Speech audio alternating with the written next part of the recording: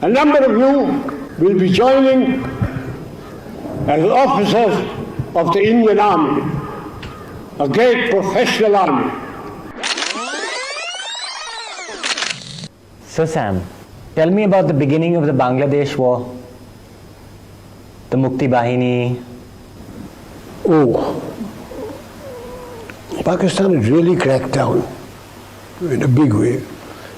The poor old Bengalis, what could they do against the Pathans and Punjabi Muslims and the army?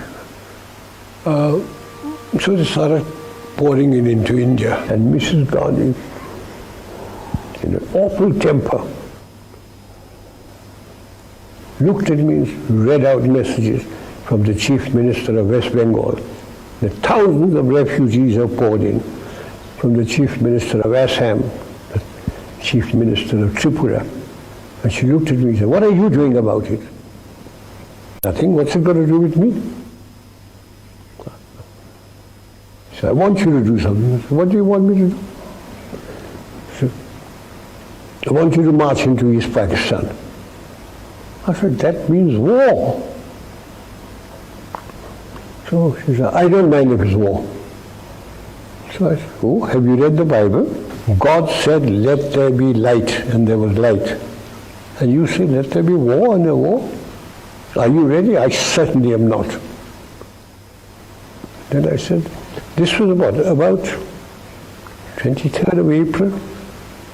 I said, the Himalayan passes are opening, and if the Chinese give us an ultimatum, and I said, the monsoon will be breaking in a few days' time, and when it rains in that part of the world, it pours. Rivers become like oceans. If you stand on one bank, you can't see the other. My movement will be confined to roads. Because of climatic conditions, the Air Force will not be able to support me. And if I were to go in, I guarantee you 100% defeat. I said to Mrs. Gandhi, "Will you now give me your orders?" And she, "All right, cabinet would meet again at 4 o'clock. So everybody started walking out, I being the junior one. A smile on my face as I was going out. She said, "Chief, stay behind." I said, "Prime Minister, before you open your mouth, shall I send in my resignation on grounds of health, mental or physical?" And she said, "Oh, sit down, Sam, tell me. Everything you told me is the truth?" I said, "Yes, everything I've told you is the truth." I said, "It's my job to fight to win, not to lose." And she smiled at me and said, "All right, Sam, you let me know when you're ready." What went wrong at Shimla? She went there and Bhutto made a complete of her. See, I know I've just taken over from Yahya Khan. If I yield anything just now, they'll throw me out. Give me a chance. In 6 months' time, I promise you, we'll settle everything peacefully. She came back and she told me, I said, "He's made a monkey out of you." I went to Pakistan about 2 months after the conflict, and they really gave me a first-class welcome.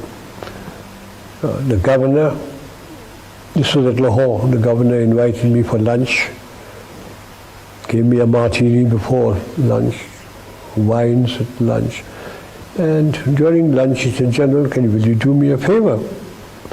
So I said, "If I can, Mr. Governor, I will." I thought he was going to be asking me about some relation of it. He said, "My staff is outside. They want to shake hands with you." I went out, and there they were all lined up.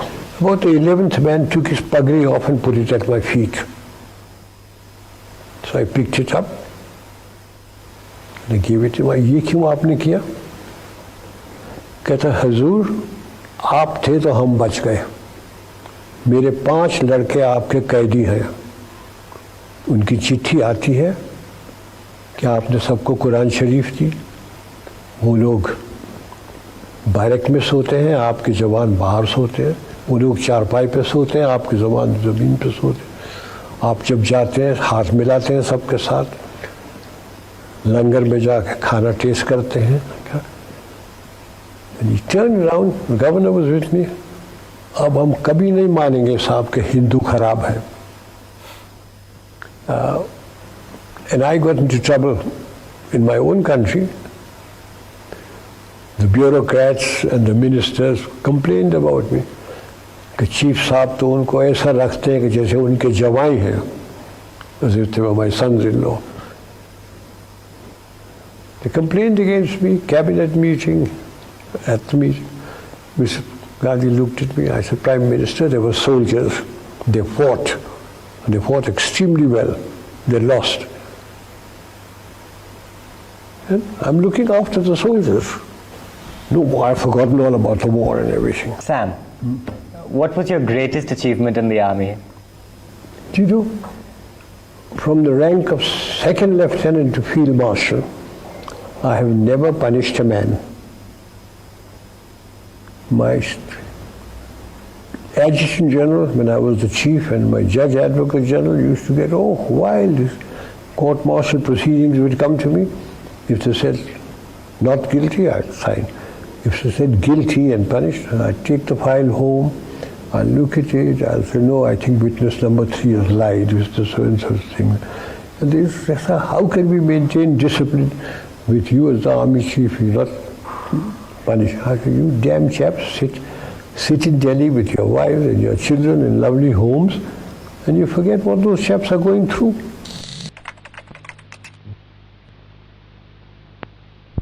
I couldn't go anywhere when people would ask, General, when are you taking over? One evening at 4 o'clock in my office, I was having tea when Mrs. Gandhi rang up. She was in Parliament House. And she rang up and said, Sam, are you very busy? And I said, Prime Minister, the army chief is always busy, but never too busy to talk to his Prime Minister. She said, can you come over? And I said, I'm having tea here. She said, oh, I'll give you tea. I said, I have good tea here, you'll give me muck. He said, oh, come over. So I said, okay. So I got hold of the ADC, I said, the girl wants me. Come on, get the car. The girl wants me. They always knew I'd talk like that. So we got into the car, went to Parliament House. She was sitting in her office in a kidney-shaped table. She was an actress, she was sitting down like this. I walked in my breezy way. I said, hello, Prime Minister. You seem worried. What's wrong? She said, I've got problems. So I said, oh, cry on my shoulder. What are your problems?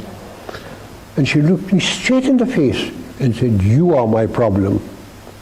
So I said, now what have I done? Have I made a speech? Have I done something stupid? So I said, what have I done now? She said, everybody says you're going to take over from me. So I said, and what do you think? She says, you can't. And I said, oh, you think I'm so incompetent? I didn't mean that, Sam. You wouldn't.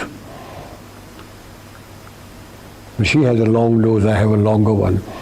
I put my nose next to her. I want to tell you, I have no intention or even a thought of getting involved in politics or taking over, as long as I command my army without interference. Okay, I've told you enough about Mrs. Gandhi and myself.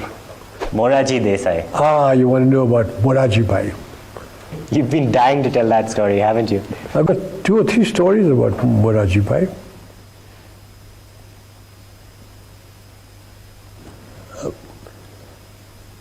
When I became army chief, Moraji Bhai was the finance minister in Mrs. Indira Gandhi's cabinet. Then he became prime minister. Mrs. Gandhi lost the election, he became prime minister. One day he said, I believe you drink. So I said, yes, I have. You mustn't drink. Very bad for you. So I said, Prime Minister, I come to my Prime Minister, he said, you mustn't drink. I go to a party and I talk to a pretty girl, my wife says, you mustn't talk to her. I'm a field marshal, is life worth living? He says, your wife is quite right. Drinks and pretty girls will ruin you. I said, they haven't ruined me so far.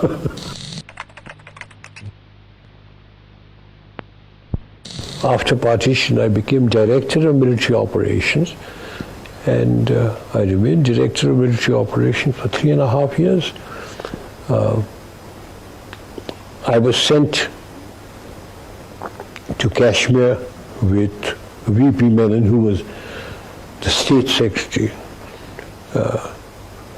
The Maharaja's army the Muslim element had revolted, the tribesmen had come in, and I was sent there with him, VP Menon, to see if he can get the accession from the Maharaja, see what the military situation was like. And at about midnight, the Maharaja signed. He kept on saying, "You must send soldiers in." He said, "We can't send soldiers into your state unless you accede to India." So at midnight he acceded to India. VP Menon handed over the accession papers to Mountbatten. Mountbatten looked at me. He said, "Manekshaw." He didn't call him Manekshaw. "What's the military situation like?" I said, "Very bad, sir. The tribesmen are busy looting and raping about 9 kilometers away from Srinagar and the airfield. If they once get in, we've lost Kashmir because we won't be able to fly troops in, etc." So he looked at Nehru, and Nehru talked and all, until Sardar Patel lost his temper. He said, "Jawaharlal, do you want Kashmir or do you want to hand it over?" He said, "Of course, Kashmir is ours now." So he said, "Will you issue orders?" And before he could issue orders, Sardar Patel said, "You have received your orders." So I walked out, and we started flying troops into Kashmir. What was your relationship with Sardar Patel like? Sardar Patel was Home Minister, and I had a good relationship with him. Every morning, VP Menon and I would go to his place, and he would be sitting down there. His daughter, Mani Ben, sitting cross-legged with a Parker fountain pen, a brown Parker pen, taking notes. And he would say, "VP, I want Baroda. Take him with you." I would go as the bogeyman in uniform. When the killings were taking place in Calcutta,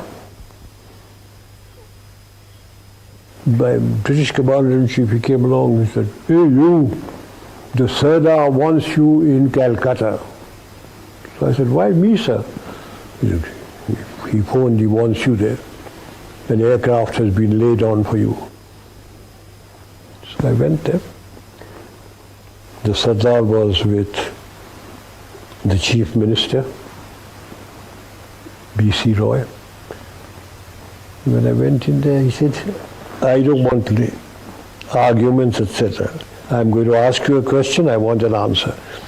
If I hand over the situation to the army, how many Bengalis will you kill and how long will it take you?" And I was a very young brigadier. So I opened my mouth. I said, "So, about 100 in about a month." So he said, turned around to Bidhan Roy, he said, "Thousands are being killed." He said, "Go and kill them, take over." And he deployed troops all over Calcutta. We didn't have to kill anybody. Everything finished. He said, "Come here." And in Gujarati he tells me, "Tame sachu nahi bolo?" So I said, "What have I done?" He said, "Tame kahlu ki 100 Bengali na marso ne ek bhi nahi maryo."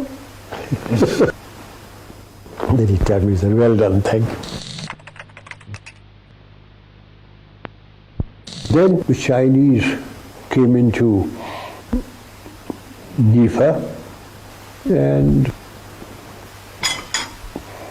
General Kaul was sacked and Krishna Menon was removed, and Nehru sent for me. He said, "I've got a vigorous enemy.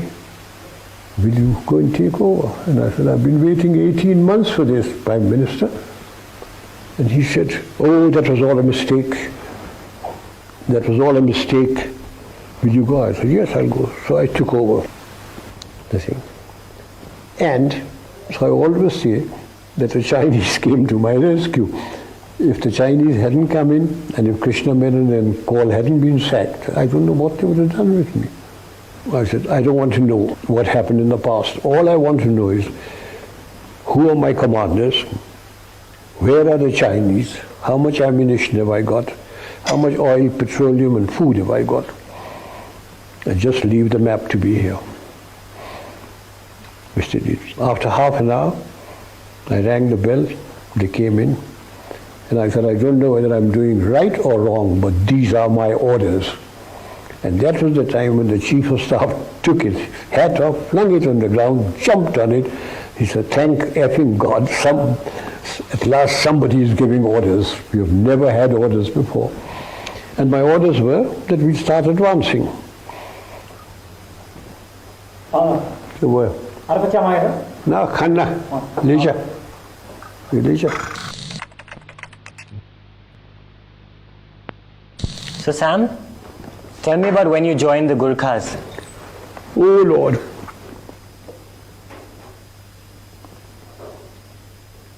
In the Indian Army, there were 10 regiments of Gurkhas. So when India got independence, like the Pakistan, people went to Pakistan, certain regiments went to Her Majesty's Gurkhas and certain regiments remained in India. But there was a treaty between the King of Nepal and the British government that all Gurkha regiments would be officered by British officers. So when the British officers left, there had to be some Indian officers. So I was the first Indian to be posted to a Gurkha regiment. I, having been with the Frontier Force Regiment, now became a Gurkha.